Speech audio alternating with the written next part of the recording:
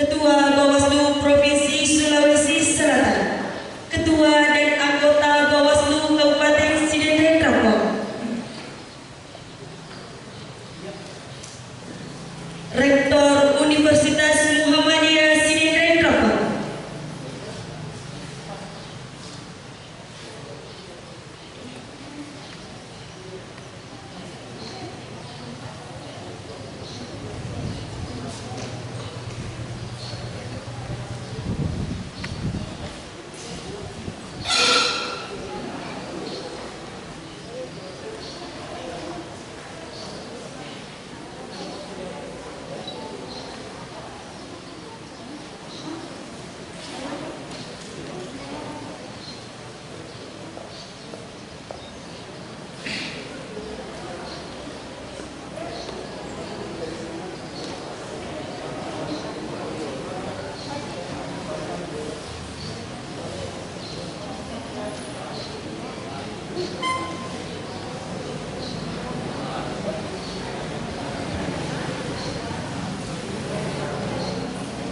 Bismillahirrahmanirrahim. Yang terhormat Ketua Dewan Kehormatan Penyelenggara Pemilu Republik Indonesia, Bapak Profesor Dr. Muhammad SIP MSI. Yang kami hormati Ketua Bawaslu Provinsi Sulawesi Selatan, Bapak Dr. Andes Haji Laude Armahi MH.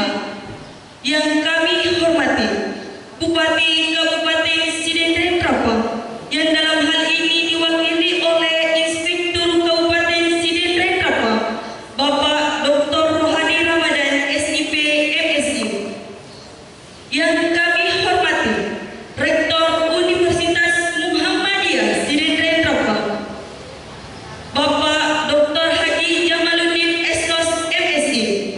Yang kami hormati Wakil Rektor 1, 2, dan 3 Universitas Muhammadiyah Sidendreng Trampong. Yang kami hormati Ketua Komisi Pemilihan Umum Kabupaten Sidendreng Trampong atau yang mewakili. Yang kami hormati Kapolres Kabupaten Sidendreng Trampong atau yang mewakili. Yang kami hormati Dekan Universitas Muhammadiyah Sidendreng Trampong.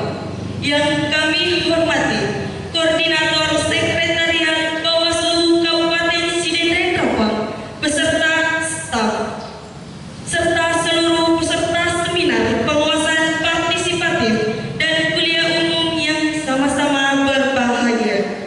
Assalamualaikum warahmatullahi wabarakatuh.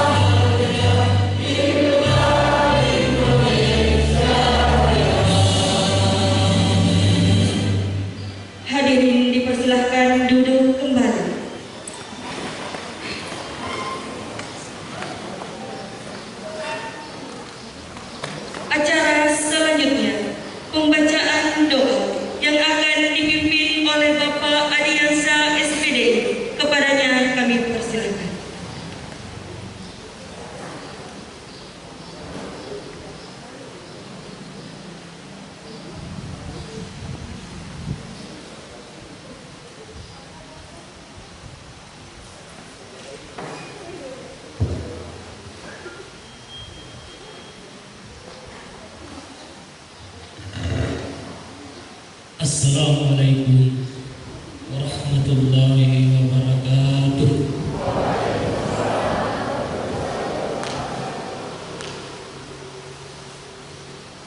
Marilah kita semua bersama-sama menundukkan kepala, mengajak dan menghasab kepada Tuhan agar kegiatan kita hari ini diberkahi dan bisa berjalan dengan lancar. Bagi yang muslim akan saya pimpin, dimohon yang selainnya manusia. Mari kita sama-sama membaca umul kitab. Bibarakatil Fatihah. Auzubillahi minasyaitonir rajim. Bismillahirrahmanirrahim. Alhamdulillahirabbil alamin. Arrahmanir rahim. Maliki yaumiddin. Iyyaka na'budu wa iyyaka nasta'in. Ihdinas siratal mustaqim. Siratal ladzina an'amta 'alaihim ghairil maghdubi 'alaihim. Bismillahirrahmanirrahim. Allahumma salli ala sayyidina Muhammad wa ala ali sayyidina Muhammad. Ya Allah, ya Rahman, pada hari ini di gedung ini Auditorium Universitas Muhammadiyah kami hendak menyelenggarakan acara seminar pengawasan partisipatif oleh Bawaslu Kabupaten Silinden Akbar yang akan dirangkaikan kuliah umum oleh Universitas Muhammadiyah Situ. Dengan ini kami mohon ridho dari situ, ya Allah. Berkahilah semalam dan perbuatan kami dan jadikanlah itu semua nilai ibadah dan nilai ilmu yang bermanfaat kepada kami. Ya Allah, ya Wahid, Engkau yang Maha mempersatukan. Kami mohon perkuatkanlah persatuan di antara kami.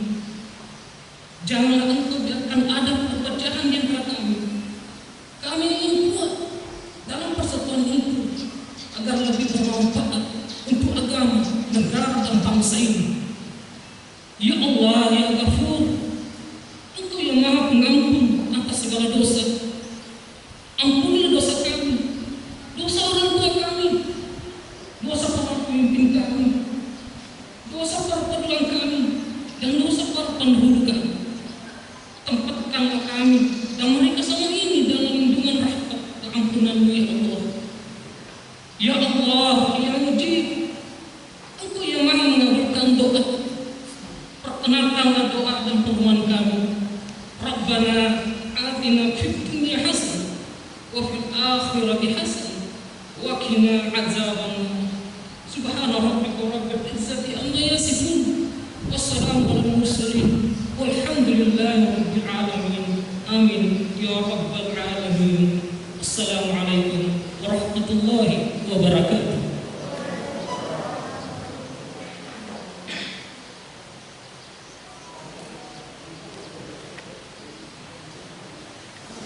Itulah tadi pembacaan doa yang dibacakan oleh Bapak Adiansa SPDI. Kepadanya kami ucapkan yang terima kasih. Semoga dengan pembacaan doa tadi kegiatan kita pada hari ini dapat berjalan dengan lancar. Amin. Acara selanjutnya sambutan pertama oleh Rektor Universitas Muhammadiyah Sidendai Rambang kepada Bapak Dr. Haji Jamal Ahmad Essos MSI dengan hormat dipersilakan.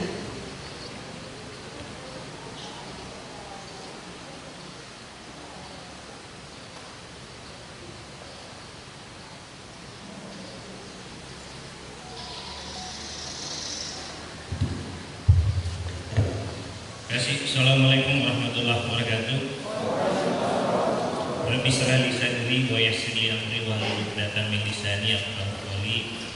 Alhamdulillah, kita patut bersyukur kepada Allah Subhanahu wa taala. Salam dan salawat senantiasa kita kirimkan kepada Nabiullah Muhammad sallallahu alaihi wasallam. Yang terhormat Ketua DKPP, ini saudara saya saya sejak 89 bahkan. Betul ya. Jadi sejak 90 sama-sama ya beliau sampai 89. Kemudian selesai S2. Baru ketemu sekarang, jadi kurang lebih 22 tahun baru ketemu. Padahal dulu kami itu ketika kuliah selalu sama-sama. Pokoknya kalau sudah ada Muhammad, Jamaluddin dengan Jaya Dinasur, pokoknya selesai puluh.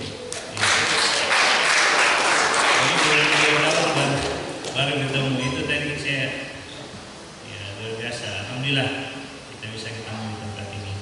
Yang saya hormati Pak Bupati yang mewakili, yang terhormat Ketua Bawaslu Provinsi Sulawesi Selatan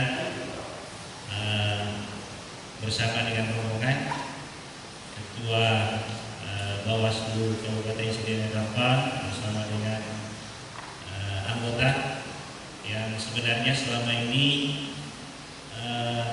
menginisiasi acara kita hari ini.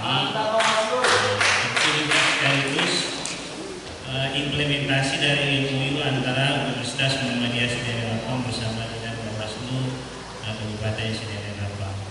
Yang saya hormati anggota KPU bersama dengan ini saya lihat anggota KPU juga lengkap hadir, Pak Ketua, ya lengkap hadir semua.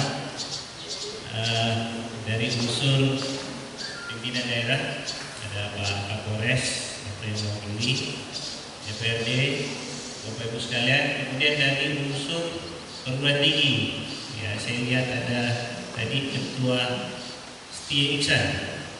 Ya mudah-mudahan bersama-sama dengan kita ini perguruan tinggi baru di Kabupaten Sdn Rapa.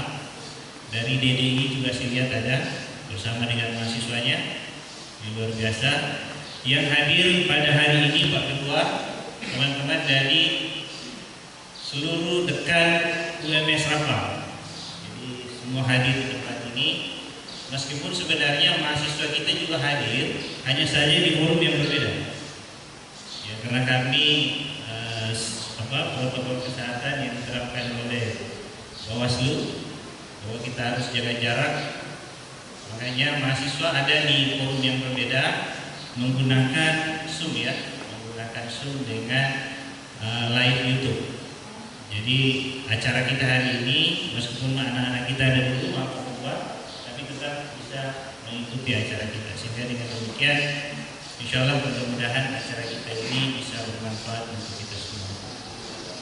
Bapak Ibu sekalian yang kami hormati, perguruan tinggi ini sebenarnya adalah perguruan tinggi baru berusia 2 tahun sejak jadi universitas, yaitu gabungan dari STKIP Muhammadiyah Rapa dan STISIP Muhammadiyah Rapa menjadi Universitas Muhammadiyah Sdn Rapa, ditambah dengan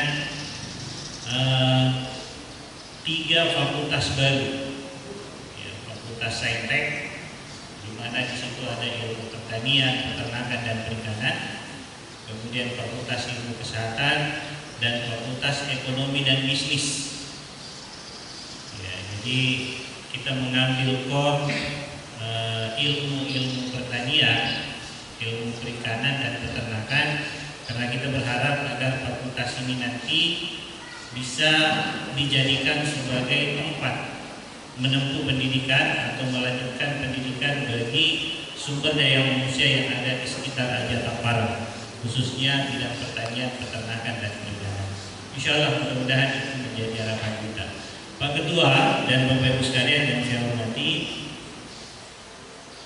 STISIP Muhammadiyah Rapa sebelum menjadi universitas memang sudah memiliki prodi administrasi negara dan prodi ilmu pemerintahan. Sehingga dengan demikian banyak sekali alumni-alumni kita yang sudah berkiprah di mana-mana, sudah mengabdikan diri di berbagai sektor kegiatan, baik jadi pegawai negeri maupun di bidang swasta. Bahkan beberapa di antaranya di Bawaslu, KPU itu ada alumni dari Universitas Muhammadiyah Sdn Rapa. Sehingga dengan demikian dari sisi ilmu pemerintahan, karena Pak Ketua ini, Pak Ketua DKPP itu latar belakangnya adalah ilmu politik. Jadi dulu kami bertiga, saya di hubungan internasional, kemudian Pak Ketua di ilmu politik, Pak Jaya Dinas di ilmu pemerintahan.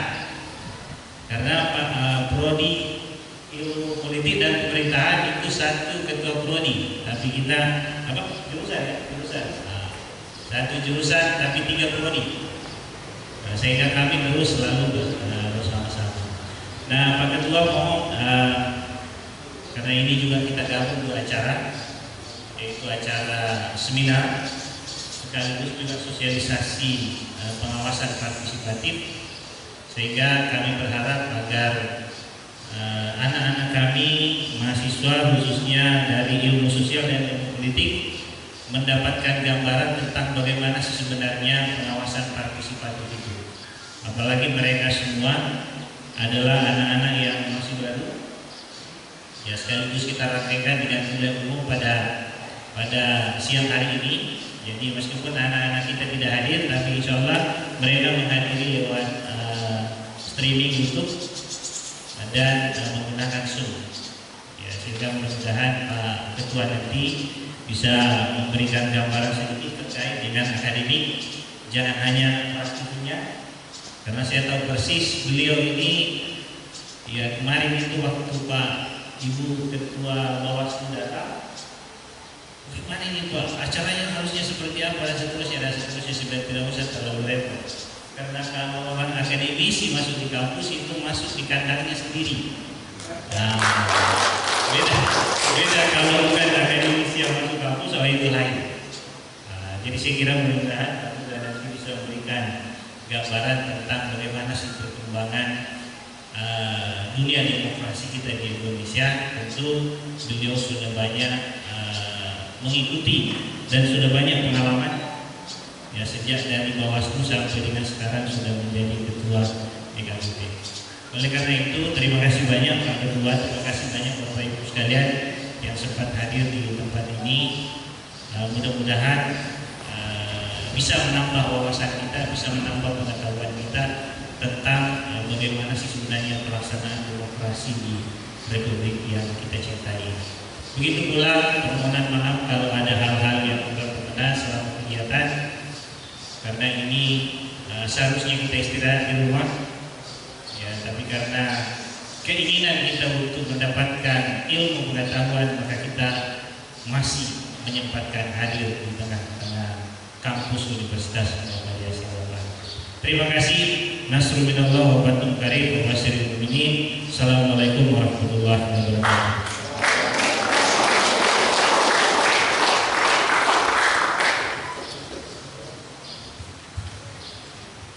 Itulah tadi sambutan dari Rektor Universitas Muhammadiyah Sidete Kapal kepada Bapak Dr. Haji Jamal Ahmad SOS MSI, kami ucapkan banyak terima kasih. Sambutan selanjutnya oleh Bupati Kabupaten Sidete Kapal, dalam hal ini diwakili oleh Inspektur Kabupaten Sidete Kapal, kepada Bapak Dr. Rohani Ramadan SIP MSI. Dengan ini dipersilakan.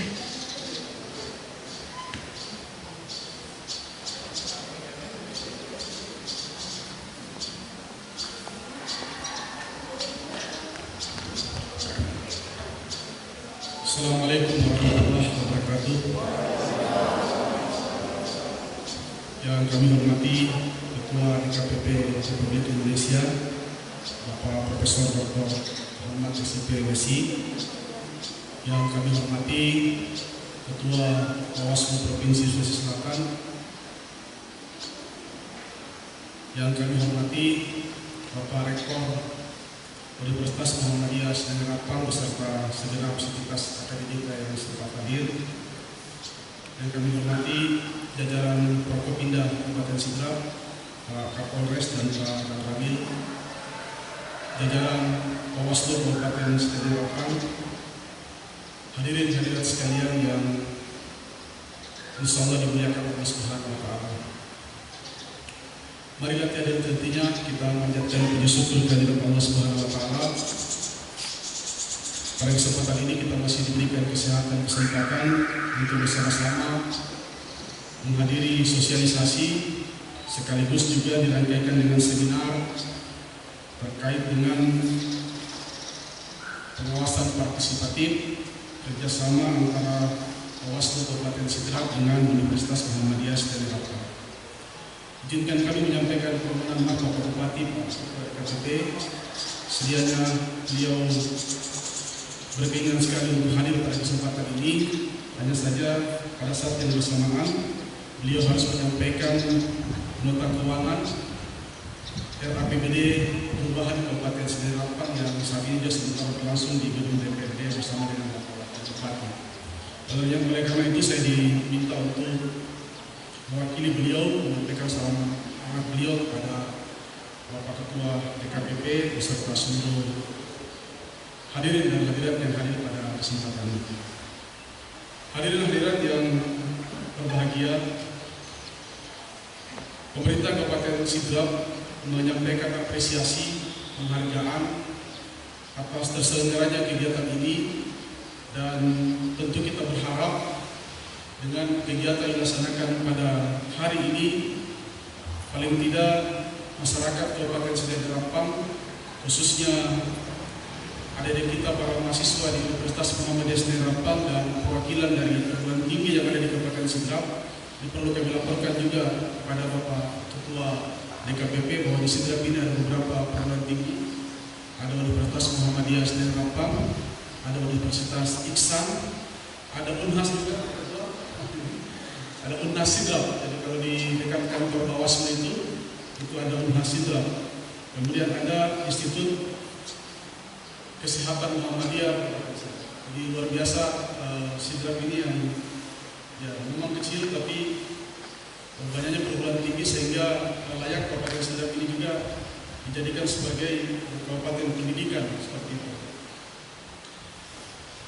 Hadirin-hadirat yang kami hormati, oleh karena itu pemerintah Kabupaten Sidrap sangat memandang penting dan strategis kegiatan yang dilaksanakan pada kesempatan ini, dan pemerintah Kabupaten Sidrap akan menindaklanjuti dengan menyampaikan kepada jajaran pemerintah Kabupaten Sidrap untuk tetap melaksanakan kegiatan-kegiatan yang bersifat pengawasan yang bersifat partisipatif. Ada di pemerintah daerah juga saat sekarang ini sebagaimana dengan paradigma pengawasan saat sekarang ini, kita mengedepankan aspek preventif daripada penindakan. Oleh karena itu tentu kita berharap dengan terselenggaranya pengawasan partisipatif ini, maka kita tidak akan mendapatkan hal-hal atau perbuatan-perbuatan yang dapat melanggar khususnya pada saat pelaksanaan pemilihan atau pemilu dilaksanakan. Oleh karena itu bisa harapan pemerintah daerah Kabupaten Sidrap bahwa sosialisasi ini tidak hanya berhenti sampai di sini, tapi kita berharap ke depan sosialisasi ini bisa sampai ke tengah-tengah masyarakat. Saya kira demikian yang dapat kami sampaikan pada kesempatan ini. Sekali lagi mengucapkan terima kasih dan penghargaan atas terselenggaranya kegiatan ini, dan pemerintah Kabupaten Sidrap senantiasa membuka diri untuk kita bersinergi demi terlaksananya pengawasan partisipatif di Kabupaten Sidrap. Demikian yang dapat kami sampaikan. Terima kasih. Nasrullah wa fathul karim. Assalamualaikum warahmatullahi wabarakatuh.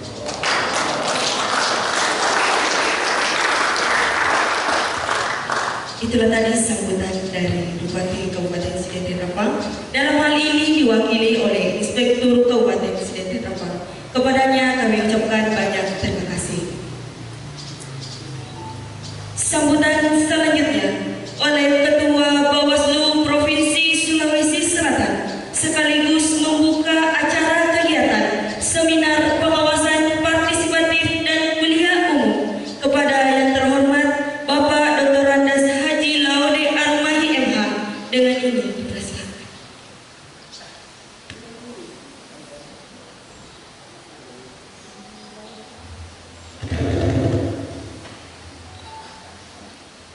Bismillahirrahmanirrahim.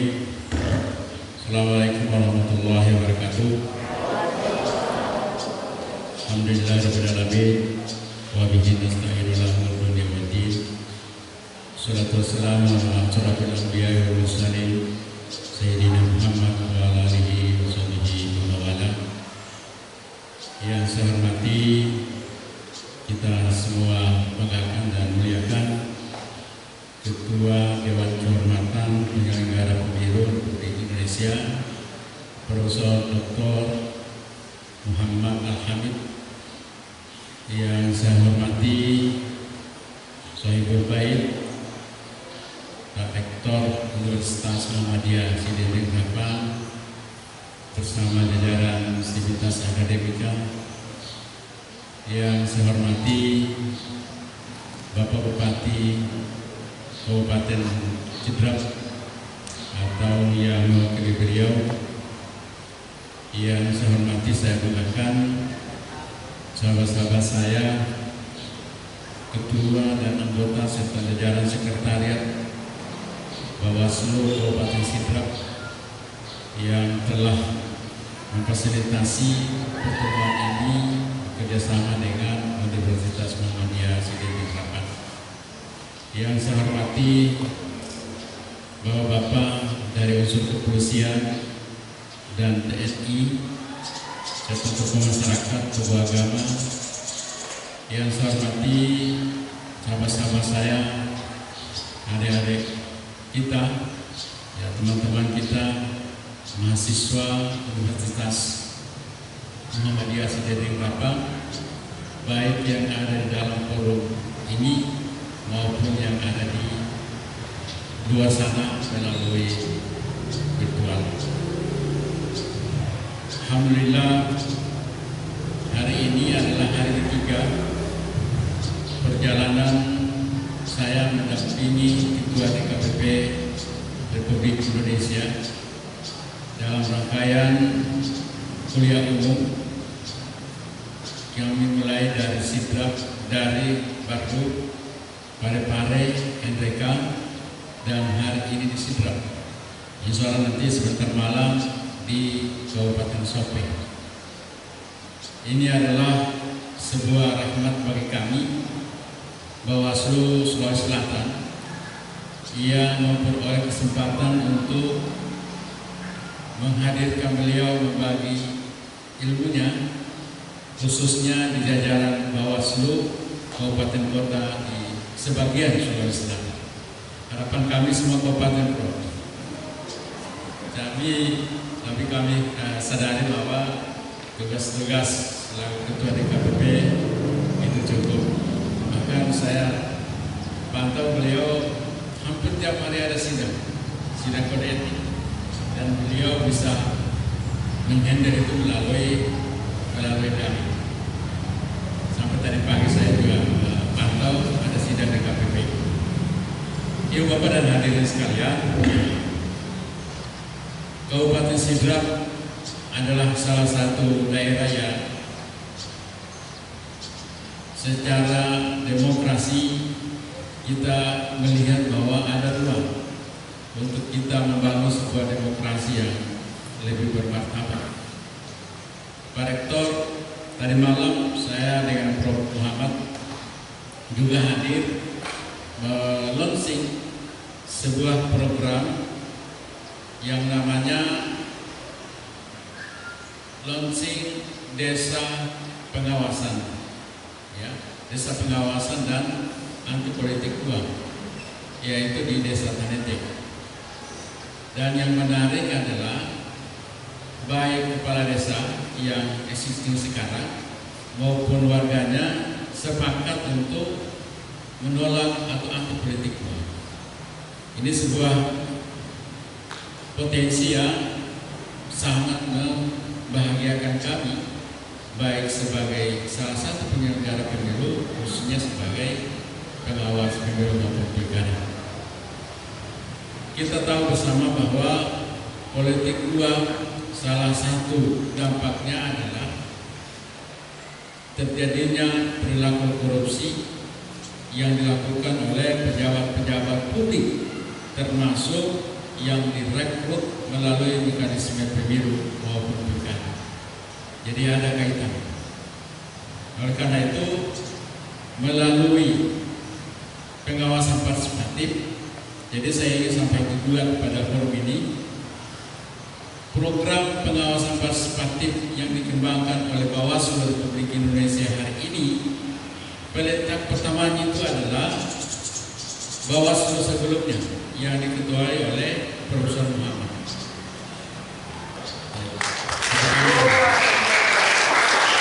Jadi Bawaslu hari ini merasa bahwa apa yang telah diletakkan oleh Profesor Muhammad dan teman-teman tentang pengawasan partisipatif sampai hari ini masih sangat relevan. Kenapa? Karena dalam konteks demokrasi, kita tahu bahwa demokrasi itu adalah sistem pemerintahan dari rakyat dan untuk rakyat. Maka penyelenggaraan pemilu juga kita coba menerjemahkan ke sana dari rakyat dan untuk rakyat. Kita paham bahwa kedaulatan itu ada di tangan rakyat, ada di tangan kita. Nah sekarang kedaulatan itu juga kita ajak masyarakat, rakyat untuk bersama-sama mengawal proses-proses demokrasi itu secara partisipatif. Ibu Bapak dan hadirin sekalian, di dalam undang-undang, baik itu di Undang-Undang Nomor 7 tentang Pemilu maupun Undang-Undang Nomor 10 sekarang dan jadi Nomor 6 tahun 2020 tentang Pilkada, disebutkan secara tegas bahwa ada 3 kelompok yang diberi kewenangan menyampaikan dugaan pelanggaran, melaporkan dugaan pelanggaran kepada pengawas pemilu. Kelompok yang pertama adalah peserta pemilu atau peserta pilkada, termasuk di dalamnya adalah tim kampanye, tim sukses, dan apalagi namanya. Jadi mereka itu berhak untuk melaporkan dugaan pelanggaran. Yang kita dorong adalah bagaimana masing-masing peserta pilkada itu saling mengawasi dan bahkan saling melaporkan. Itu yang ideal sesungguhnya. Yang bahaya kalau mereka bersepakat, ayo mari kita rame-rame melanggar dan tidak saling melaporkan. Nah itu yang bahaya. Nah, alhamdulillah pada pilkada 2018 yang lalu, pilkada gubernur yang lalu, kami berhasil mendorong partisipasi peserta pemilu untuk saling mengawasi peserta pilkada, sehingga waktu itu kalau hari ini paslon 1 melaporkan paslon 2, kemudian besoknya paslon 2 melaporkan paslon 3, dan semua laporan itu memenuhi syarat baik material maupun formil. Ini yang menarik. Selama ini banyak orang yang melapor, asal melapor. Kemudian Bawaslu yang berusaha untuk melengkapi syarat-syarat formil maupun syarat materialnya. Tapi 2018 yang lalu semua laporan itu cukup untuk diproses oleh Bawaslu. Ini yang menarik. Ternyata setelah saya telusuri dengan teman-teman, di dalam tim sukses, tim pemenangan pasangan calon itu ada penambahan kelompok, penambahan unsur. Kalau dulu di tim paslon itu hanya terdiri dari aktivis partai politik, pengurus partai politik, dan keluarga paslon. Tapi di pilgub yang kemarin, itu agak dinamis memang situasinya. 2 unsur masuk, unsur baru. Yang pertama adalah teman-teman mantan penyelenggara pemilu, baik itu KPU maupun dari Panwaslu, bergabung dalam tim. Yang pasti mereka ini sangat paham soal regulasi. Unsur yang kedua, unsur baru yang kedua adalah teman-teman pengacara. Kalau selama ini teman-teman pengacara itu menunggu panggilan. Siapa tahu ada kasus yang mau dilaporkan dan seterusnya, tapi saat itu mereka juga masuk ke dalam tim. Nah, memang tantangannya kami di Bawaslu itu agak berat, karena kalau kita tidak siap soal pemahaman regulasi, kita bisa terpapar, sama terpaparnya kita dengan COVID-19. Tapi alhamdulillah sangat dinamis, sehingga alhamdulillah Pilkada Gubernur 2018 yang lalu ini sejarah pertama, Prof, tidak ada kasus yang sampai ke Mahkamah Konstitusi. Semua selesai di Bawaslu. Keputusan Bawaslu itu diterima secara elegan oleh masing-masing pasangan calon, sehingga tidak ada yang mensengketakan hasil pilkada ke Mahkamah Konstitusi. Saya kira ini adalah pengalaman pertama dalam perjalanan pilkada di Sulawesi Selatan. Kebetulan saya terlibat dalam pelaksanaan pemilu dan pilkada itu sejak periodenya Pak Prof. Muhammad selaku Ketua Bawaslu Republik Indonesia. Kemudian beliau bergeser ke DKPP, saya masih tetap di Bawaslu Provinsi Sulawesi Selatan untuk periode kedua. Yang berikutnya, Bapak dan hadirin sekalian, yang berhak melaporkan dugaan pelanggaran di pengawas pemilu adalah lembaga pemantau. Lembaga pemantau ini seringkali direpresentasikan oleh teman-teman kita aktivis NGO atau LSM yang kemudian mendaftar di Bawaslu kalau pemilu Presiden dan DPR, dan kalau pilkada ini mendaftarnya ke KPU untuk selanjutnya dilakukan akreditasi. Akan dinilai apakah memenuhi syarat atau tidak. Salah satu syaratnya adalah pertama, berbadan hukum, harus punya akte pendirian lembaga. Yang kedua, jelas sumber pendanaannya, jangan sampai didanai oleh salah satu pasangan calon. Yang ketiga, jelas posisinya harus independen. Ini yang sedang diproses oleh teman-teman kami di KPU hari ini untuk menjadi pemantau di Pilkada 2020. Jadi lembaga pemantau ini juga berhak melaporkan dugaan pelanggaran kepada pengawas pemilu. Dan yang ketiga, kelompok ini yang paling besar, jumlahnya tidak terbatas. Ya, batasannya itu adalah sesuai dengan jumlah pemilih. Adalah warga negara yang sudah berhak memilih. Jadi jumlahnya cukup banyak. Termasuk saya kira, jadi warga ini kami coba petakan kelompok-kelompok strategis.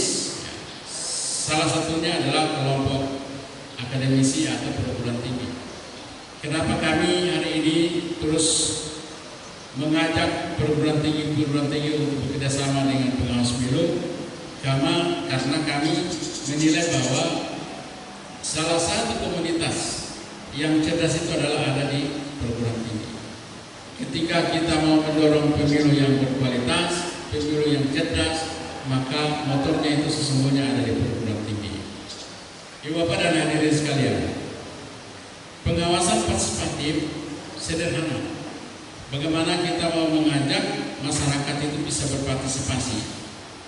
Ya, jadi karena Bawaslu itu memang core bisnisnya adalah pengawas pemilu, mengawasi, tapi sesungguhnya ada 4 tugas Bawaslu.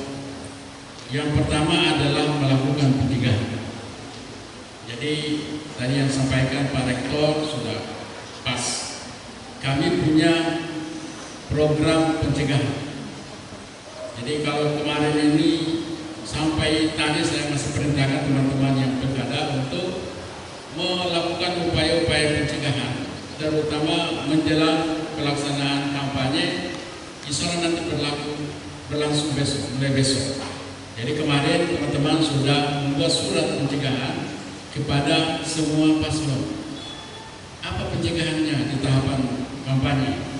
Di situ kita sampaikan bahwa pada tahapan kampanye ini yang dilarang, ini yang tidak dilarang. Kalau melanggar yang dilarang, ini sanksinya. Setiap tahapan kita awali dengan pencegahan. Itu yang kami lakukan dalam upaya pencegahan.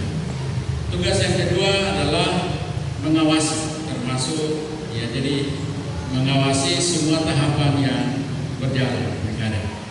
Kita awasi. Tugas yang ketiga adalah penindakan. Jadi Bawaslu juga diberi kewenangan untuk memberikan tindakan, bahkan memberikan sanksi kepada pihak-pihak yang terbukti melakukan pelanggaran. Dan yang keempat adalah menyelesaikan sengketa yang melibatkan antara penyelenggara dengan peserta. Hari ini ada satu kasus, ya, kasus sengketa masuk di Luhut Timur. Ya, saya baru dapat laporan. Hari ini ada yang datang melaporkan permohonan sengketanya di Bawaslu Luhut Timur, dan kemungkinan ada salah satu pasangan calon yang merasa dirugikan oleh keputusan KPU kemarin tentang penetapan pasangan calon. Nah, kalau ada pasangan calon yang dirugikan oleh keputusan KPU, maka sengketanya diproses oleh Bawaslu dan diputus oleh Bawaslu. Saya kira ini beberapa hal yang bisa saya sampaikan.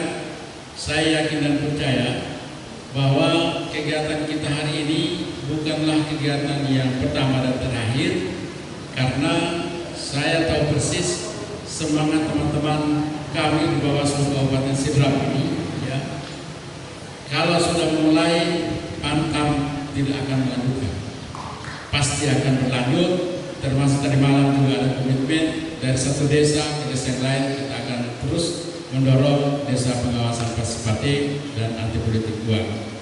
Saya kira ini sambutan saya, mohon maaf kalau agak panjang, dan saya kira itulah saya harus memanfaatkan forum ini sekaligus untuk menyampaikan apresiasi saya selaku Ketua Bawaslu Provinsi kepada Universitas Muhammadiyah Sidrap Bapak.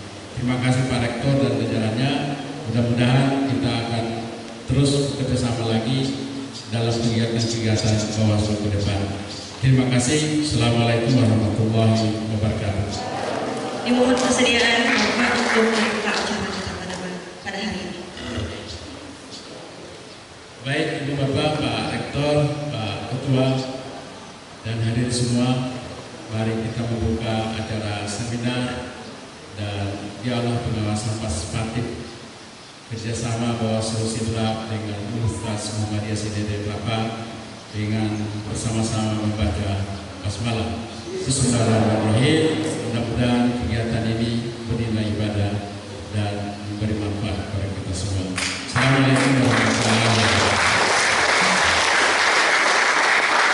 Itulah tadi sambutan dari Ketua Bawaslu Provinsi Sulawesi Selatan sekaligus membuka acara kita pada hari ini. Kepada Bapak Dr. Andes Haji Lauri Armahi MH diucapkan banyak terima kasih.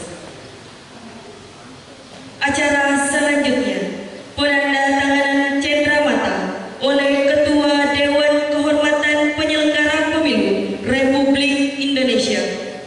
Dimohon kesediaan Bapak Profesor Dr. Muhammad SIP MSI untuk melakukan penandatanganan cenderamata yang didampingi oleh Ketua Bawaslu Provinsi Sulawesi Selatan, Ketua Bawaslu dan anggota Kabupaten Sidrap Bapak.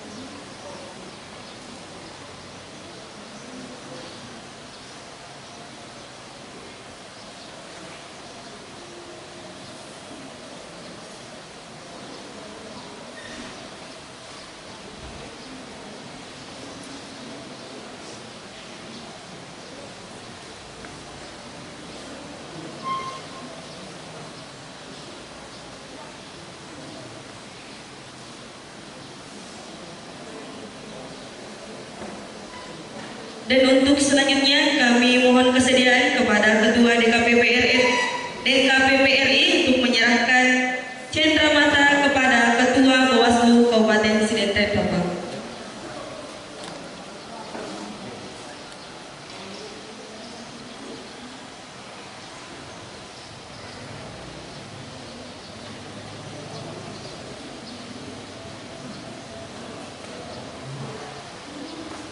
Dipersilahkan untuk kembali ke tempat.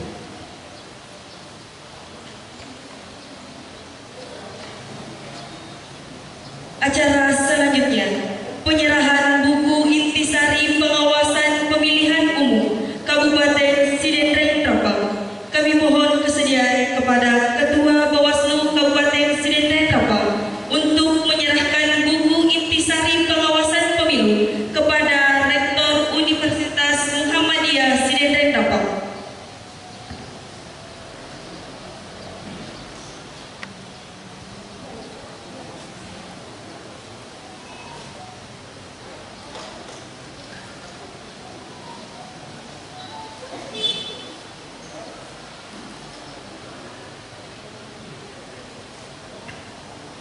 Untuk selanjutnya kami mohon kesediaan kepada Ketua Bawaslu Provinsi Sulawesi Selatan untuk menyerahkan buku intisari pengawasan pemilu Kabupaten Sidendreng Trapau kepada Ketua Dewan Kehormatan Penyelenggara Pemilu Republik Indonesia.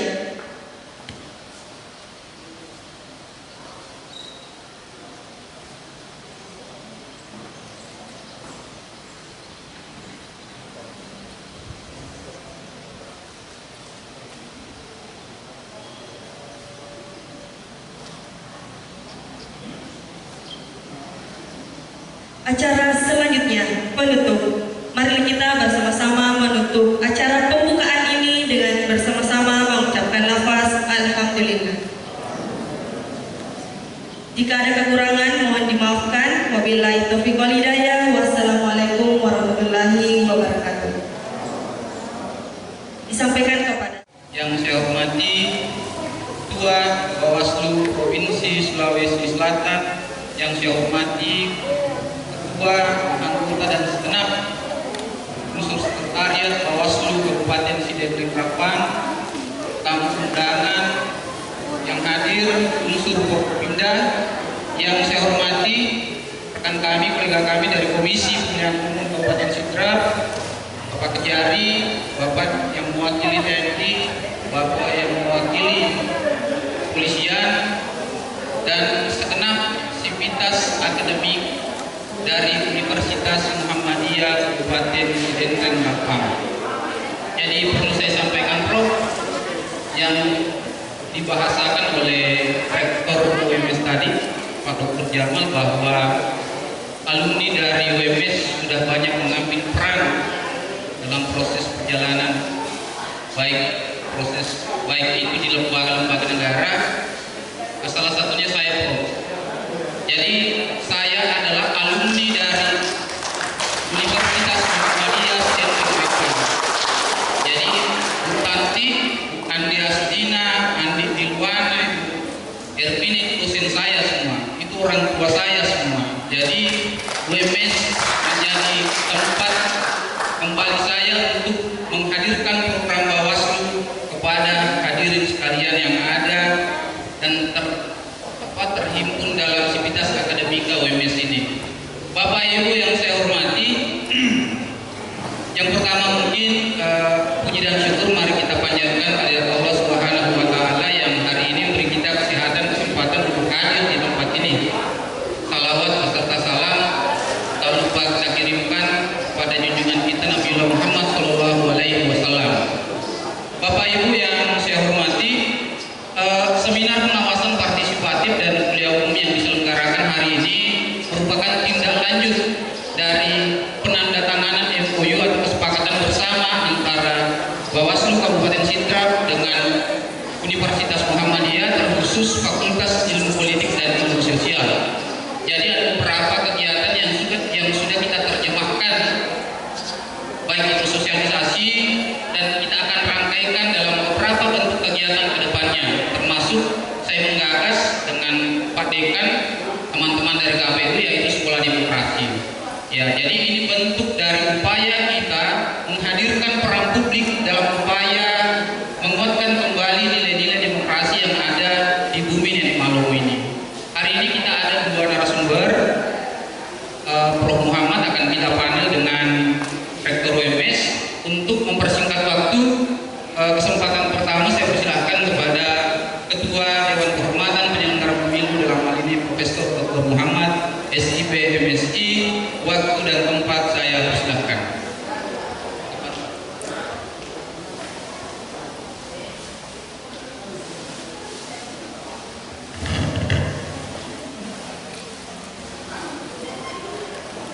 Bismillahirrahmanirrahim. Assalamualaikum warahmatullahi wabarakatuh.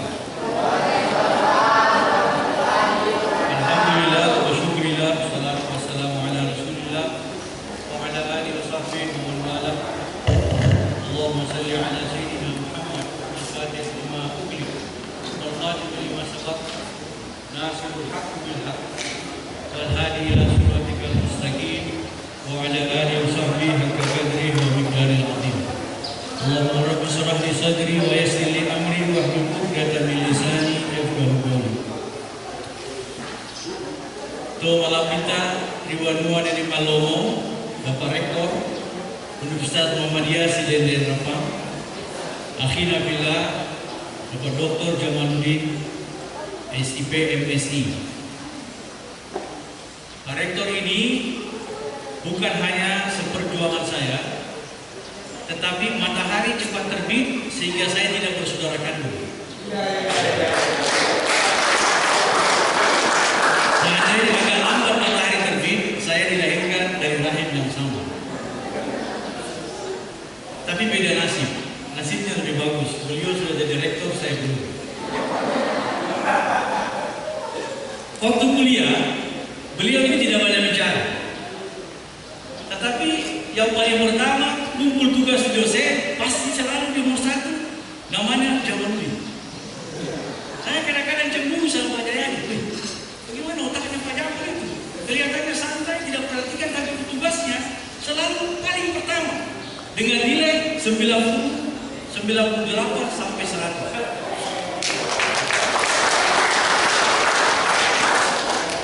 Jadi memang dari kuliah sudah kelihatan tanda-tanda orang hebat. Ya. Apalagi bahasa Inggrisnya, seperti air mengalir. Saya terutama bahasa Inggris saya Senin Kamis. Ya.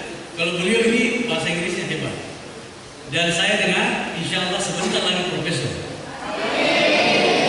Sudah kelihatan dari wajahnya. Ya. Jadi saya menyapa beliau kandidat profesor Dr. Jamaluddin. Yang saya hormati senior saya, Ketua Bawaslu Provinsi Sulawesi Selatan, kandidat Dr. Laude Armahi. Saya waktu di Bawaslu RI, beliau ikut seleksi di provinsi. Saya lihat ada namanya. Saya bilang kepada 4 anggota Bawaslu RI di periode saya 2012-2017. Kalau Anda berempat tidak memilih Pak Laude, saya mundur sebagai Ketua Bawaslu RI. Yur Bobodan, yang 4 orang anggota Bawaslu RI. Saya bilang, Bapak Ibu mohon maaf, ini mungkin agak lebay. Kalau nama Laude Bapak tidak pilih, saya menyatakan mundur sebagai Ketua Bawaslu RI. Tanpa makan orang anggota aku bukan gue. Lebih bagus kita pilihnya daripada Bapak mundur. Akhirnya, tapi memang angkanya paling tinggi juga, jadi tidak susah didorong. Jadi bukan mobil pokok didorong, memang mesin turbo tinggal putus saja mengarahkan supaya kira-kira jalannya kayak karpet merah ini. Nah itu tugas saya. Kalau Bapak tidak pilih, saya mundur sebagai Ketua RI. Yang saya hormati teman-teman penyelenggara, Pak Ketua dan Ibu anggota KPU Kabupaten Sidra, Ketua dan anggota Bawaslu Kabupaten Sidra, Polsek. Sidra ini di waktu saya Bawaslu banyak merepotkan saya sebagai putra daerah. Ya. Banyak sekali ya dinamikanya. Tapi beliau belum pendahulunya. Alhamdulillah di DKPP sekarang sudah tidak muncul lagi aduan-aduan etik kepada DKPP dari nenek moyang daerah nenek moyang. Bangga saya, alhamdulillah penyelenggara pemilu KPU dan Bawaslu sudah kurang diadukan ke DKPP. Karena kalau muncul lagi teradunya ketua atau anggota Bawaslu di Sidra, pasti orang bertanya, Pak Muhammad dari mana? Dari Parepare. Sebelahnya Sidra ini, iya betul. Mana saya Pak ya? Terima kasih Anda sudah menjaga nama baik saya di RI.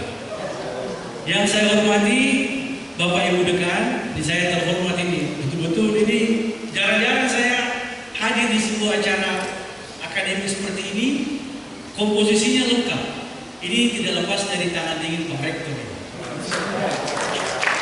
Biasanya 1-2 saja yang muncul dan yang lain tidak tahu apa kegiatan. kegiatannya. Ya, ini Pak Rektornya ada, saya barisannya masih rapi nih. Baik. Bapak Ibu dosen, seluruh sivitas akademika, adik-adik mahasiswa baru dan senior, saya tidak menyapa anak-anak karena nanti terkesan tua, padahal saya belum tua. Kalau saya sebut anak-anak, walaupun anak tertua saya itu sudah kuliah juga, sudah usia kuliah, tapi saya menyapa Anda sebagai adik-adik. Karena di DKPP itu tidak ada orang tua, tidak ada orang muda, yang ada senior junior. Gitu. Para undangan sekalian, maafkan saya tidak menyapa satu persatu, namun tidak mengurangi hormat dan cinta saya pada semuanya. Ada yang tampil materinya? Ada? Ada ya? Oke. Saya tidak lama, saya hanya memberikan beberapa pengantar saja tentang etika. Ya. Kira-kira etika itu yang saya tulis tadi di cenderamata itu, orang kadang-kadang memperhadapkan hukum dan etika. Dikiranya ini dua hal yang berbeda dan saling berhadapan-hadapan. Dia bukan dualisme, dia adalah dualitas. Ya. Bapak dosen lebih fasih menjelaskan konsep-konsep ini. Jadi penyelenggara pemilu, sahabat-sahabat KPU Bawaslu, dalam mengelola pilkada dan pemilu nasional kita, itu harus menggunakan dua kekuatan. Pertama, kekuatan pemahaman hukum.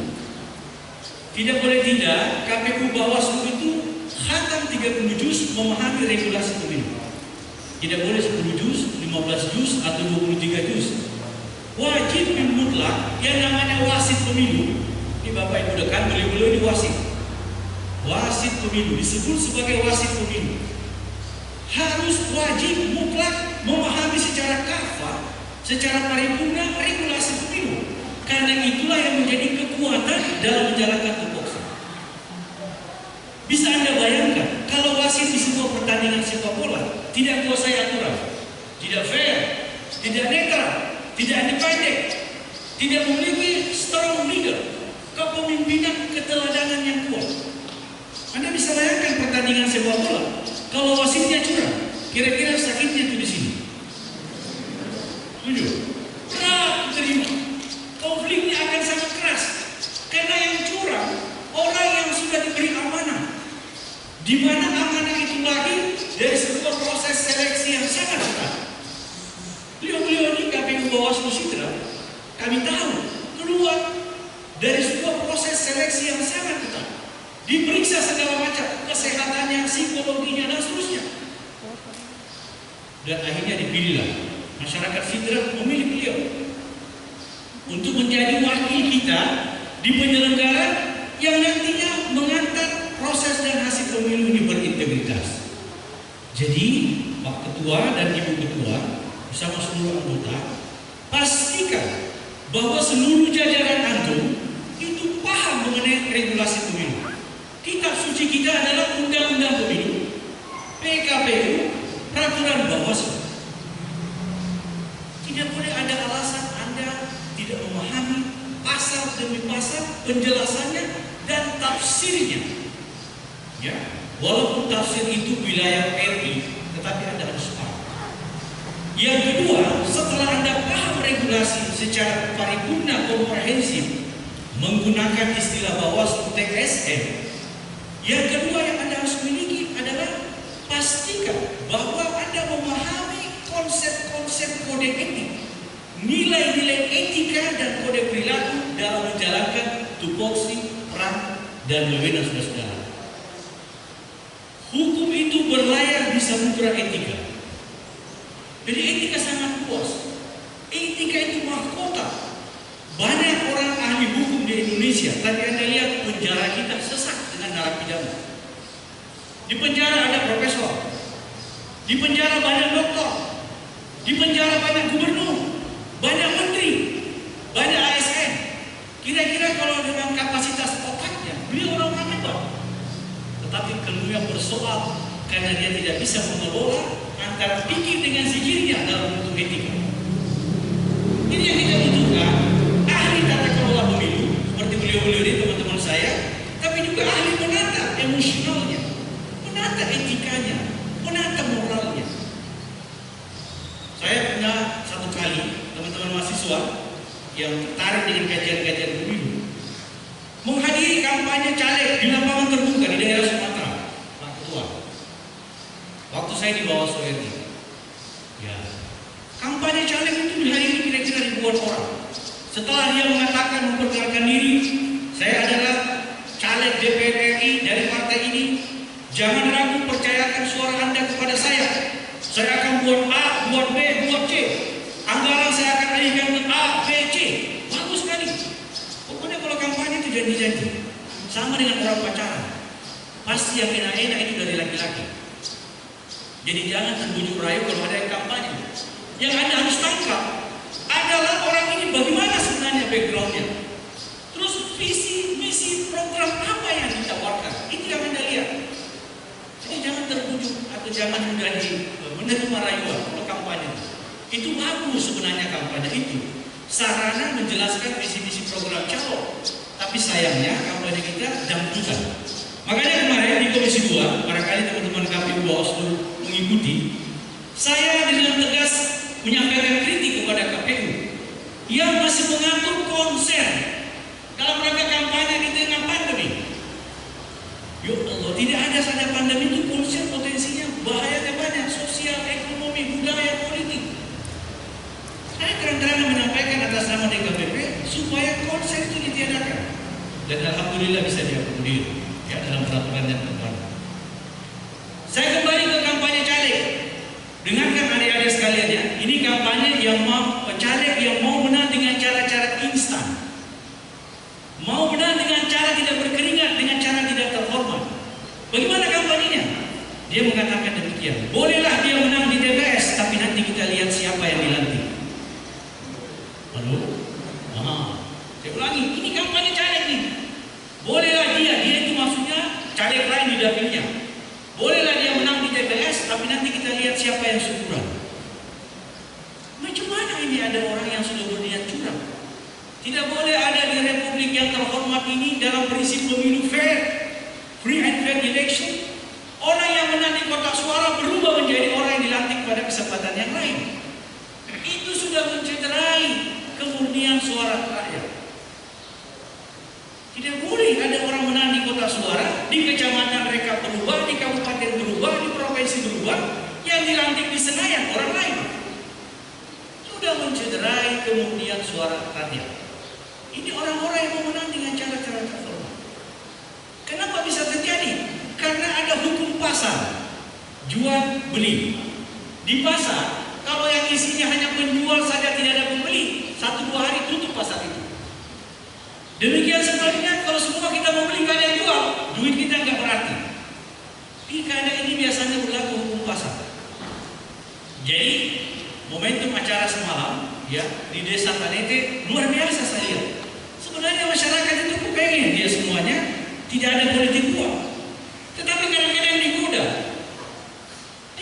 didatangi masyarakat. Nah, saya harap dari kampus ini bisa memberikan edukasi, apalagi Pak Rektor ini aktivis.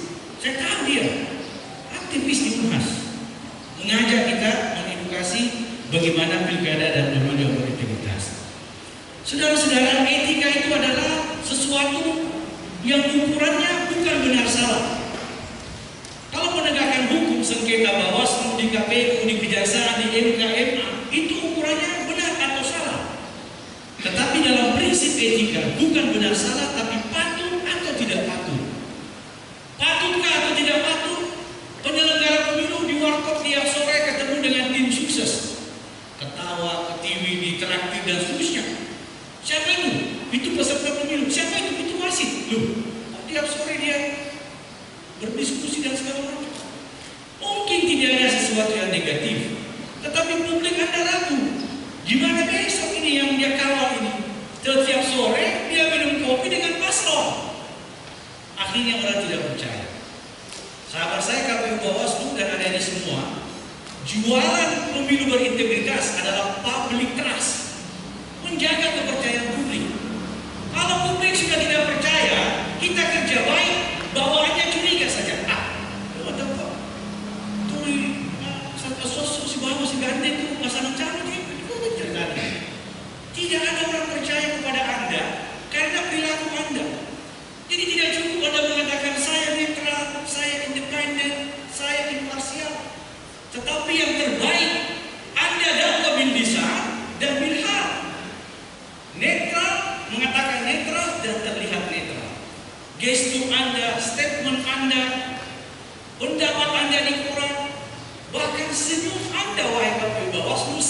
dengan semua paslon. Senyum. Ada karena dia dekat dengan paslon A, kalau ketemu dengan timnya, ya kayak apa? Apa yang bisa dibantu? Dia panggil staf, berikan pelayanan terbaik. Karena dia dekat secara emosional.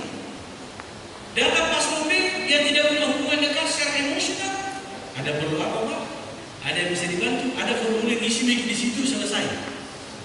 Ini kadang-kadang tidak dirasakan. Dimanapun kita bekerja, mengabdi, etika ini nomor satu. Etika ini adalah remote controlnya ada pada diri kita. Saya sering mengingatkan putra saya yang tahun ini sudah masuk kuliah di Universitas Indonesia. Sebelum 17 tahun, kemampuan membawa mobilnya sudah mengalahkan saya. Saya pernah tes, Pak Rektor, dari rumah saya di Cibubur sampai ke Bandung. Itu kalau pengemudi normal kurang lebih 3 jam. Tetapi dia meyakinkan saya. Dia bilang, ayah kenapa tidak telepon kepolisian di situ? Kasih saya SIM, walaupun saya belum 17 tahun. Kan Kapolri temannya Bapak. Saya ini sudah mulai ada godaan syaitan dari keluarga terdekat. Saya bilang, berapa umurnya? Dia bilang kurang lebih 2 minggu 17 tahun. Saya bilang, sabar. Insya Allah 17 plus 1 hari kamu bikin daftar SIM. Bikin daftar SIM, ikut teori, ikut praktek. Dia bilang, aduh, kalau praktek ayah mau buktikan. Saya bilang, oke, saya mau tes kemampuan driver. Saya sama ibunya, dia bawa mobil, saya sampingnya, ibunya di belakang. Masuk tol Cibubur sampai Bandung, ya, tol Pasir itu masuk kota Bandung. Dia tempuh yang tadinya normal itu maksudnya tidak terlalu cepat, tidak terlalu tinggi kecepatannya. Dia tempuh hanya 2 jam saja. Ada koreksi 60 menit daripada pengemudi normal. Keluar tol dia bilang, bagaimana? Masih ragu dikasih ke sini? Saya bilang, bukan begitu. Tapi ada tadi kau punya perbuatan di tengah jalan yang membuat saya yakin belum waktunya kau dapat SIM. Apa ya? Dia bilang begini.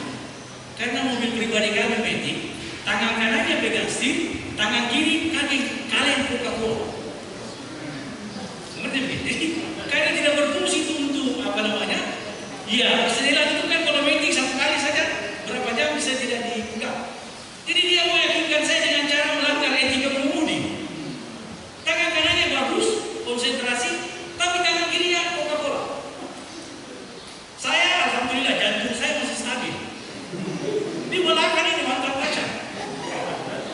Pantatnya terangkat-angkat terus.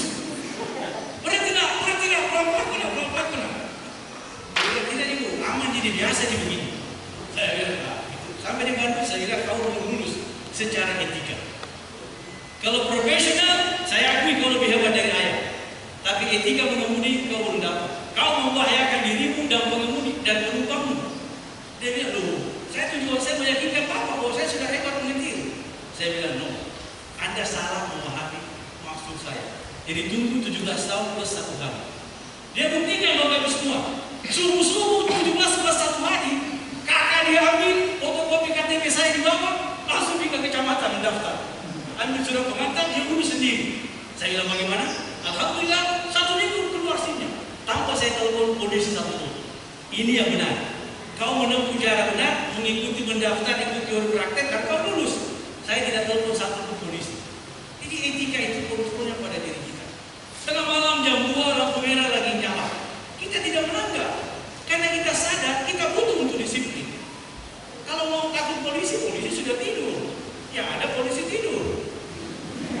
Di jam 2 malam, betul tidak adik-adik? Tapi kita sadar, walaupun tidak ada polisi, saya butuh untuk disiplin. Boleh jadi karena dari arah sebelah lampu hijau, kecepatannya tinggi karena dia merasa berhak. Kita juga masuk. Terjadi apa? Sama dengan kita beribadah.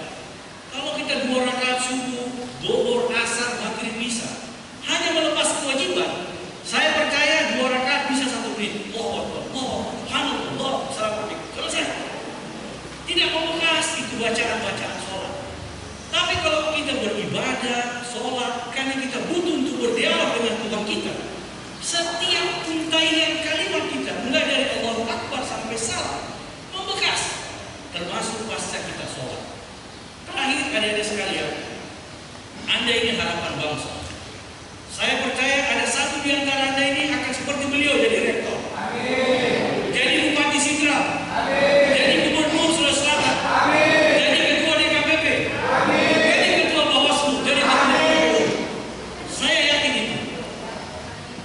Mudah-mudahan dari kampus yang terhormat ini, sebagaimana disampaikan Pak Rektor tadi, moderator tadi, semakin banyak manusia-manusia unggul yang terhormat dan beradab dalam mengelola negara ini. Sekali lagi, selamat belajar Anda semua. Insya Allah, kalau Anda tekun, nyampe. Jangan Anda ganggu pikiran Anda dengan yang lain. Termasuk jangan lupa pacaran. Ada bilang bukan pacaran bro, taruh. Ya mau tuh. Masa posisi itu pacaran dengan taruh. Jangan. Maaf ini saya sudah merasakan. Kalau Anda pacaran sebelum selesai sarjana Anda, dua kemungkinan. Studi lepas, perempuan juga lepas. Lebih baik Anda seperti kami ini, kuliah yang terbaik. Kalau kita di wisuda dipanggil rektor wisudawan terbaik, itu bapak ibu para wisudawan, ini calon mantu yang baik. Tidak pusing Anda bawa buka sama anak tak apa. Tidak pusing. Anda dilihat nanti Pak Dr. Jamal panggil Anda wisudawan terbaik. Itu ibu-ibu lihat baik. Mudah-mudahan jadi mantu saya. Jadi Anda tidak pikirkan itu. Sama saya punya putra, kembali ke situ, mohon maaf saya kasih contoh. Waktu dia lulus di UI, saya janji memang, dia daftar di Unhas dan di UI. Alhamdulillah dua-duanya lulus. Kalau saya maunya dia kuliah di Unhas, tapi mantan pacar saya maunya di UI. Terjadi dialog. Anak saya butuh petunjuk. Pak, bagaimana ini Pak?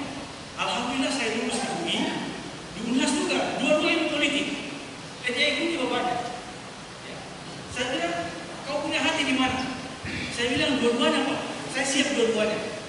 Kalau saya mau kamu di Unhas, karena saya sekarang lagi di Jakarta, saya mau Anda mandiri. Nanti kita cari kos, cuci sendiri baju, cari makan sendiri, jaga kau punya diri.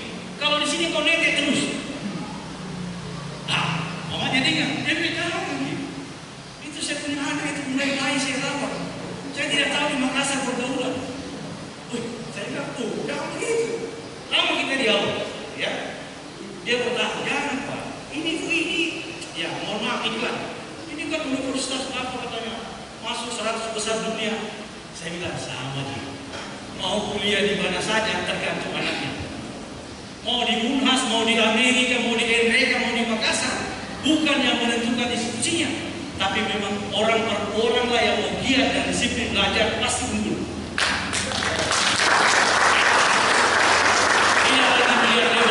Level itu ukurannya akreditasi. Dan saya yakin banyak universitas Indonesia ini, termasuk kita punya universitas ini, yang akreditasinya luar biasa. Tidak mau, mantan pacar bertahan. Jangan Pak, ini susah orang masuk ini. Saya tidak masuk kan susah. Tidak tercapai kesepakatan. Akhirnya saya panggil saya punya anak, namanya Jafar Sadiq. Sini. Saya sama mama pun tidak sepakat. Saya mau Anda di Unhas, biar kau mandiri. Saya carikan kos, segala macam. Tapi ibu mau kau di sini. Kalau di sini kau tinggal di sini, Depok sama Cibubur dekat. Sekarang kau mau pilih yang mana? Ya. Waktu saya tanya begitu, matanya melirik ke ibunya. Ibunya melirik ke anaknya. Saya orang politik, saya bisa baca gerakan mata. Jangan kau lihat saya atau lihat mamamu. Jawab. Ya, jawabannya waktu itu saya mau di UI Pak.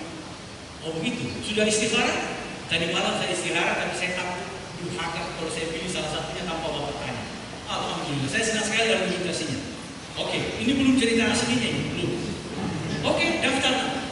Saya kasih nggak duit dia. Daftar ke UI. Dia tanya sama saya, Bapak, saya ke kampus pakai apa? Saya bilang, motor boleh, mobil boleh. Ibunya lari jauh, pokoknya itu. Harusnya saya diskusi dengan kamar dulu. Tapi makanya tuh, makanya ada motor loh. Dia orang Jawa.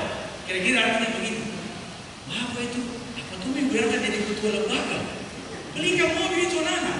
Saya bilang betul-betul godaan syaitan. Saya tanya, saya bilang anak dulu. Kau nyaman pakai motor atau mobil? Langsung dia ponis. Apa tuh gunakan ketua lembaga dan kita beli banyak begitu?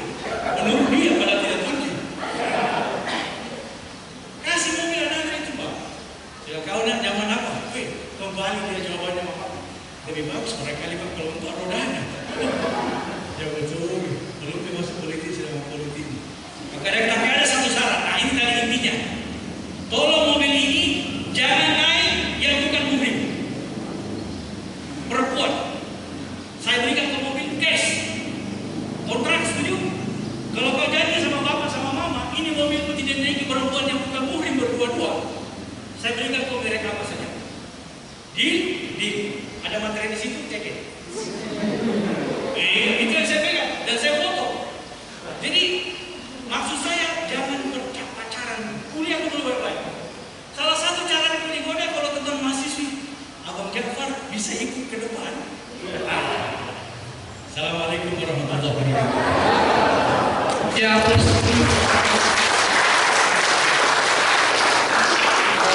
sangat menarik apa yang disampaikan oleh Prof. Salah satu poin yang saya tangkap adalah dalam membangun proses pemilu yang berkualitas harus disandingkan antara etika dan penegakan hukum. Saya pikir itu poin yang sangat penting bukan hanya bagi penyelenggara, tapi seluruh unsur-unsur yang terlibat dalam proses penyelenggaraan pemilu. Kesempatan selanjutnya saya serahkan ke Bapak Rektor Universitas Muhammadiyah Sdn. Waktu dan tempat saya persilakan.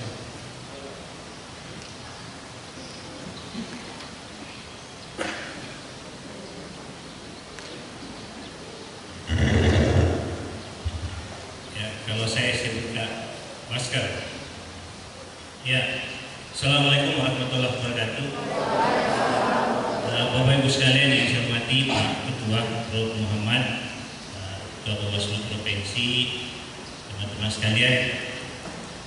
Kalau Prof. Muhammad tadi sudah menjelaskan sebenarnya yang selesai forum ini, karena beliau itu memang dari dulu tetap seperti itu. Ya, makanya ketika dulu waktu di fit and proper test di DPR, saya bilang yakin saya kalau beliau masuk ke depan meja anggota DPR, insya Allah pasti beliau yang pemegang suara tertinggi. Dan alhamdulillah itu betul suara tertinggi. Karena beliau itu ketika sudah berada di forum, pokoknya semua mata itu memandang ke dia. Tadi itu sebenarnya gampang cerita anaknya, tapi sebenarnya sudah menyentuh kita ini dari sisi penyelenggaraan demokrasi kepemiluan.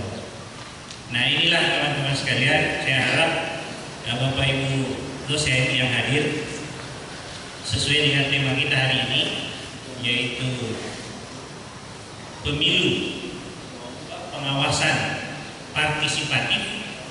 Nah, salah satu contoh pengawasan partisipatif ya seperti yang disampaikan tadi. Pengawasan partisipatif itu ya pengawasan yang kita lakukan dari diri kita sendiri. Ya, nah terkadang begini, saya sering mengatakan begini, Prof. Banyak orang hidup menurut kata orang. Jadi saya katakan, kalau Anda mau sukses, maka ada 5 hal yang harus Anda perhatikan. Yang pertama adalah jangan hidup menurut kata orang. Nah, kaitannya dengan pengawasan partisipatif.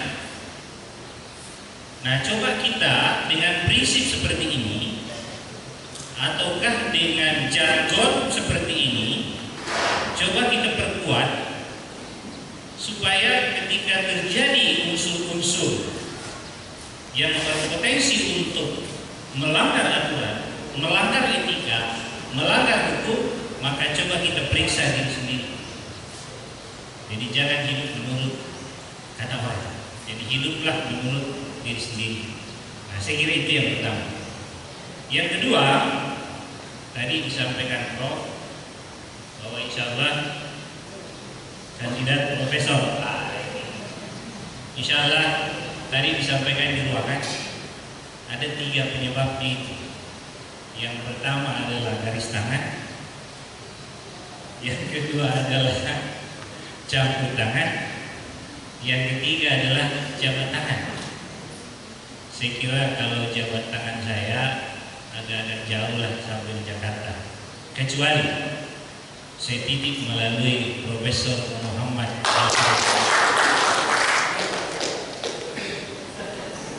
Iya, supaya nanti kalau kembali berikutnya ke sini, udah.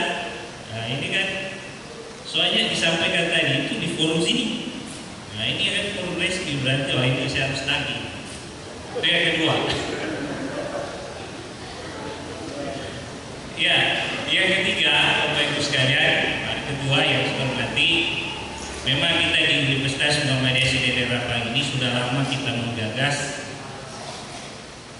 bagaimana pendidikan politik partisipatif itu kita tanamkan kepada mahasiswa-mahasiswa kita. Mulai dari semester awal sampai dengan mereka sarjana, bahkan mereka sudah alumni, itu tetap kita jalin kegiatan-kegiatan atau forum-forum dialog yang sifatnya memberikan pendidikan politik kepada mereka. Kita tahu di Muhammadiyah banyak forum-forum yang kita bentuk, di antaranya forum Darul Arkam Dasar, forum Baitul Arkam, dan forum-forum yang lain. Nah, di setiap kegiatan-kegiatan seperti itu kita selalu memberikan pemahaman-pemahaman tentang pentingnya demokrasi kita bangun, tentang pentingnya kita memilih pemimpin yang betul-betul dibutuhkan, terutama misalnya pemimpin-pemimpin di bumi Nenek Malomo, karena memimpin Sidrap itu butuh seni. Ya, tidak mungkin beda kalau kita misalnya tidak tadi Mama bercerita tentang istrinya, karena istrinya orang Jawa ya.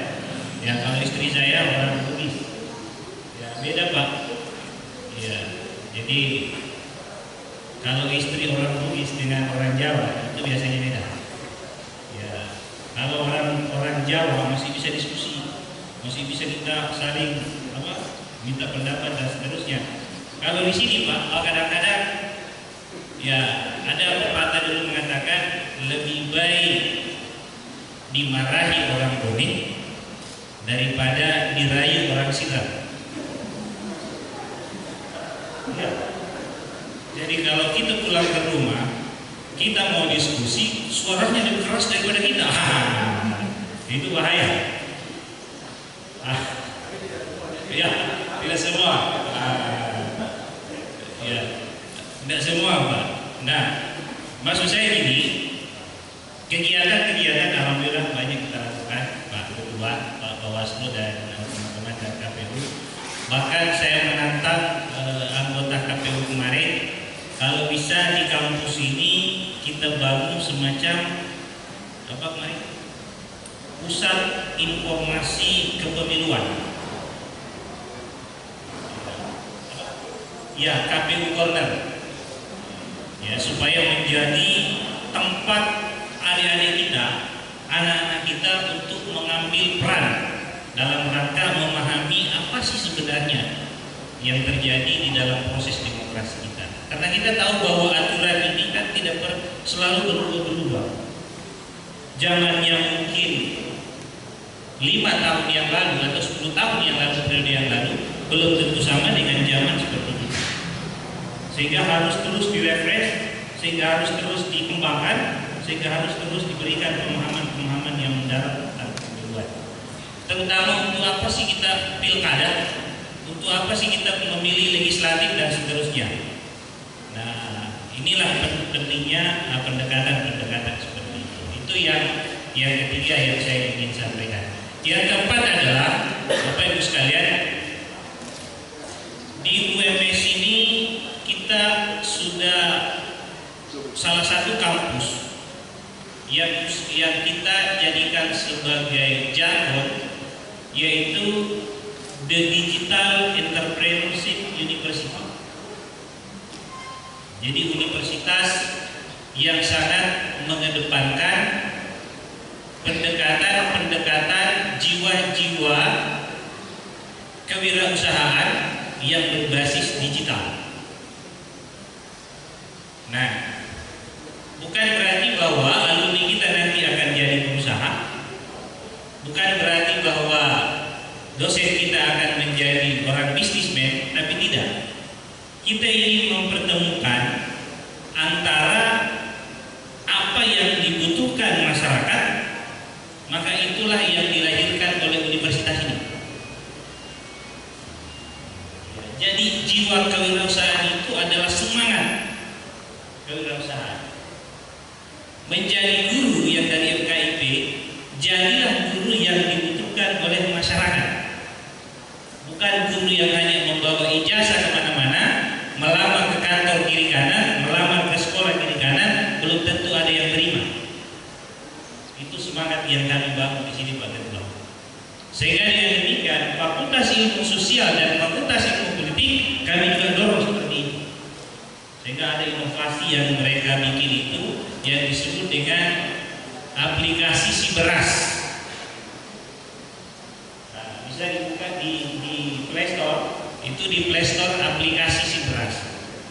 Nah, di aplikasi Siberas ini, Pak Ketua, hadirin sekalian, disinilah terdata potensi desa, disinilah terdata profil desa, dan disinilah terdata public service di desa.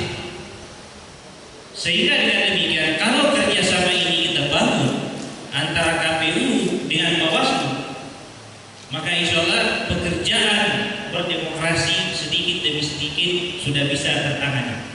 Di samping juga mahasiswa kita sekaligus belajar. Itu yang kami lakukan. Jadi di situ terdata dengan baik jumlah pemilih berapa. Ya. Nah, ini salah satu bentuk sumbangsi UMS dalam rangka menciptakan pengawasan partisipatif. Kenapa? Karena biasanya, Pak Ketua, setiap mau pelaksanaan pemilu, baik pilkada maupun pemilu legislatif, biasanya itu data ini yang menjadi persoalan. Data yang selalu menjadi persoalan. Bahkan ada satu desa yang kemarin kami bantu, karena Pak Ketua baru kami bantu ini baru 23 desa ya, Pak Dekan, baru 23 ya, baru 23 desa Pak Ketua kita bantu. Jadi semua di situ terdata berapa jumlah penduduknya, berapa jumlah wajib pilih, berapa jumlah, semua sudah terdata dengan bagus. Dan itu up to date. Kalau misalnya hari ini ulang tahun, maka hari ini juga datanya berubah. Karena itu sudah by system kita bantu. Ada satu desa pada saat itu datang protes ke saya, Pak, ini datanya anak-anak ini tidak betul. Maksudnya tidak betul? Ini Pak, data yang dibawa oleh Capil berbeda dengan data yang dikumpulkan oleh anak-anak kita. Ah, yang mana katanya saya pedomani, Pak? Apalagi pada saat itu menjelang pilkada. Lebih banyak data yang dibawa dari Polda dibanding dengan data yang dikumpulkan oleh anak-anak. Maka jawabannya saya kembalikan ke Pak Desanya. Saya bilang, Pak Desa, menurut Pak Desa, yang mana data yang Bapak mengikuti? Kalau saya lihat, Pak, kayaknya datanya anak-anak yang betul, karena anak-anak itu mendata dari rumah ke rumah, menggunakan kakak dan menggunakan semua wawancara dengan masyarakat. Ya, saya bilang terserah. Nah, intinya apa? Kami ya curhat sedikit tidak apa-apa lah, sesama teman, apalagi ketua DKPP. Ya, kita curhat sedikit bahwa kami di perguruan tinggi sudah berkeinginan dan sudah melakukan itu. Tapi persoalannya kemudian ya tentu ada dalam pengambil keputusan. Nah, saya kira ini jadi bahan bagi Pak Ketua nanti. Makanya kita rancang kemarin Pak anggota Bawaslu dari provinsi Pak Sepul yang datang ke ruangan saya untuk kita memperkuat kerjasama ini. Karena sebenarnya kalau ini bisa kita cover dengan baik, karena begini Pak Ketua, kegiatan KKN anak-anak kita itu yang mereka lakukan. Jadi di UMS Rapa itu tidak ada lagi kegiatan KKN, pergi bersih-bersihkan kuburan, pergi cek-cek pagar, tidak ada lagi. Ya, Bahkan setiap mahasiswa KKN UMS Rapa kalau mau keluar itu biasanya kepala desa itu ngantri Pak, minta supaya ditempati. Bahkan kemarin kepala desa sudah siap biayai kegiatannya adik-adik kita di lokasi KKN. Itu saking pentingnya itu data. Nah ini saya kira teman-teman dari Panwas, dari Bawaslu, saya mengamati sudah kurang lebih beberapa bulan yang lalu saya lihat aktif Pak Ketua KPU ini bersama dengan anggota melaksanakan MOU dalam rangka pendataan. Saya kira bagus sekali, karena kalau data kita keliru ya saya kira ini juga menjadi persoalan bagi demokrasi kita. Terakhir Bapak Ibu sekalian, mohon maaf kalau ada hal-hal yang kurang selama kegiatan ini. Kita akan dialog ya, kita bikin santai lah kegiatan kita hari ini. Paling tidak kita berdemokrasi untuk melahirkan kepemimpinan yang ideal. Kepemimpinan yang ideal yang kita inginkan paling tidak bagi saya ada 3 ciri yang harus kita perhatikan, yang saya istilahkan dengan the leadership agility. Untuk kondisi sekarang ini kepemimpinan yang kita butuhkan adalah leadership agility, ya, kepemimpinan yang cekatan. Nah, ada 3 ciri kepemimpinan yang cekatan. Yang pertama adalah, karena ini forum akademik, yang pertama adalah pemimpin yang mampu memahami apa yang dibutuhkan oleh masyarakatnya. Itu yang pertama. Apa yang dibutuhkan oleh masyarakat? Ketika kita pilkada berarti kita berbicara satu daerah. Pilgub berarti kita berbicara satu provinsi. Pilpres kita berbicara Indonesia. Jadi kita harus memilih pemimpin yang mengerti dan paham apa yang dibutuhkan oleh masyarakatnya. Yang kedua adalah pemimpin yang mampu merangkum seluruh sumber daya yang ada sehingga menjadi sebuah kekuatan dan kekuatan itu menjadi sebuah keunggulan. Karena hanya orang-orang unggul dengan situasi seperti ini yang bisa bertahan. Kalau tidak memiliki keunggulan, wassalam, tidak mungkin. Kita hanya mampu menyalahkan orang lain. Kenapa tenaga kerja asing banyak masuk ke Indonesia? Disalahkanlah pemerintah, disalahkanlah Pemda dan seterusnya. Padahal ketika kita berproses kita tidak mampu melahirkan pemimpin-pemimpin yang mampu memahami apa sih yang kita butuhkan. Dan yang ketiga adalah agility, pemimpin yang bisa menjadi teladan. Ya, terutama teladan dalam hal perkembangan teknologi informasi seperti yang kita alami sekarang ini. Kenapa? Karena kalau kita tidak memiliki filter etika, apa sih yang tidak bisa kita dapatkan dari dunia internet seperti sekarang ini? Saya kira itu. Terima kasih banyak. Nasrul minallah wa fathul karim. Assalamualaikum warahmatullahi wabarakatuh. Waalaikumsalam warahmatullahi wabarakatuh. Aplaus untuk sesi selanjutnya saya buka kesempatan kepada Bapak Ibu sekalian peserta seminar hari ini untuk bertanya, memberikan tanggapan kepada 2 narasumber kita hari ini. Kesempatan pertama saya 3 penanya ini.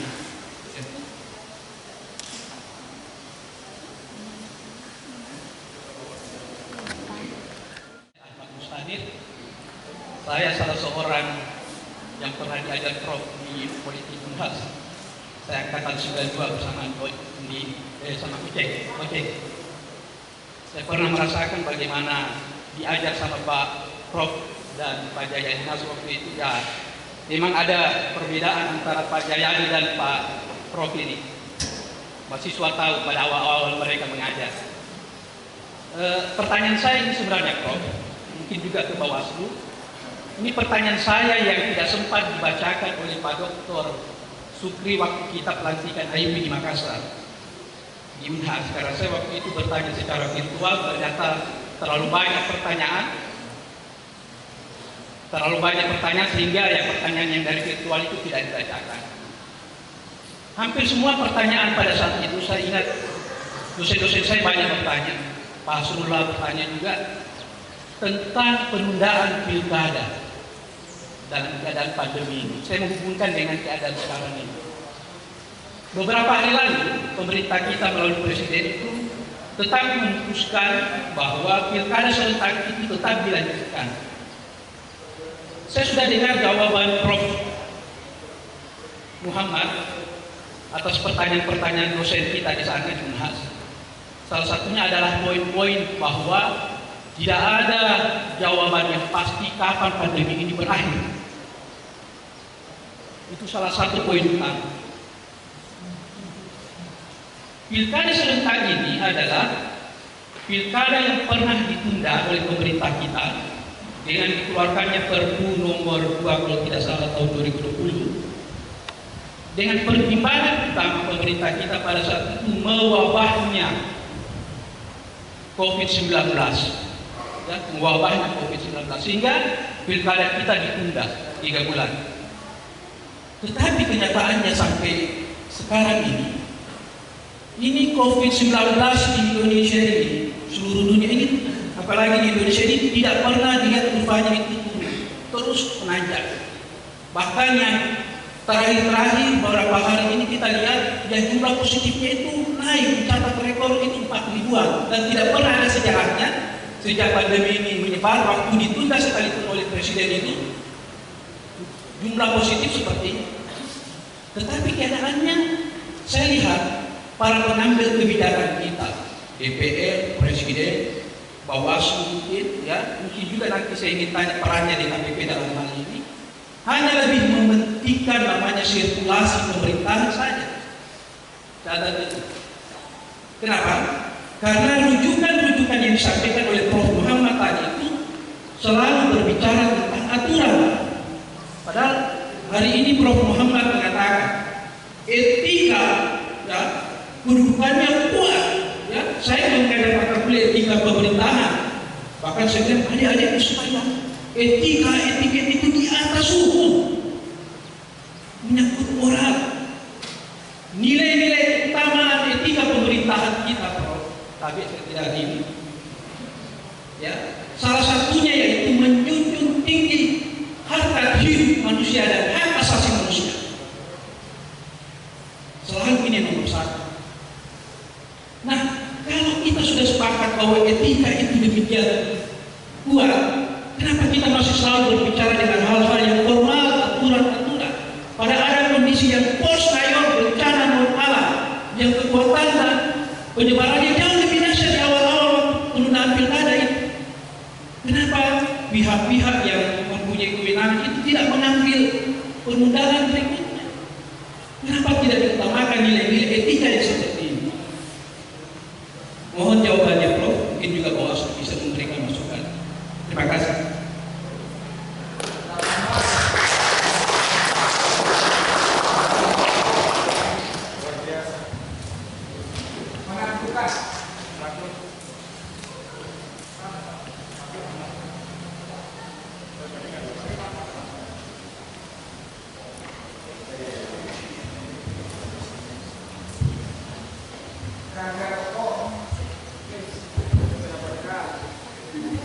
Bismillahirrahmanirrahim. Assalamualaikum warahmatullahi wabarakatuh.